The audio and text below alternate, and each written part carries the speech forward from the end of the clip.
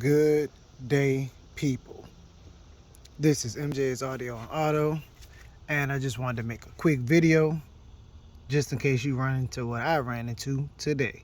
So I'm working on a 2008 Infiniti G35x, and I'm replacing the camshaft sensors and the crankshaft sensor. Customer was told that it had two.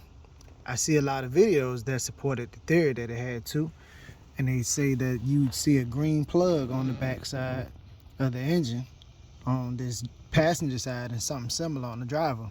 But this is not the setup for this car. She has four sensors, two on each side. I've already taken them out. Let's see, put some light on it, some extra light. So you see it's one right here, so it's directly below the throttle body pretty much on the driver's side.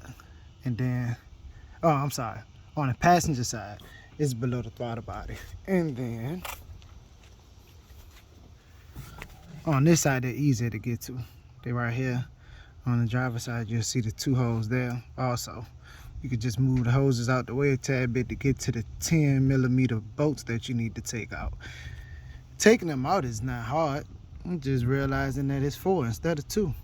That's what threw us off, and nobody had four, of course. So we had to go to different stores to get different parts to make it work. But nonetheless, just wanted to show you a quick video because when I did my research about it, I didn't see this kind of information. The only one I saw was the example of the two cam sensors instead of four. So there you have it.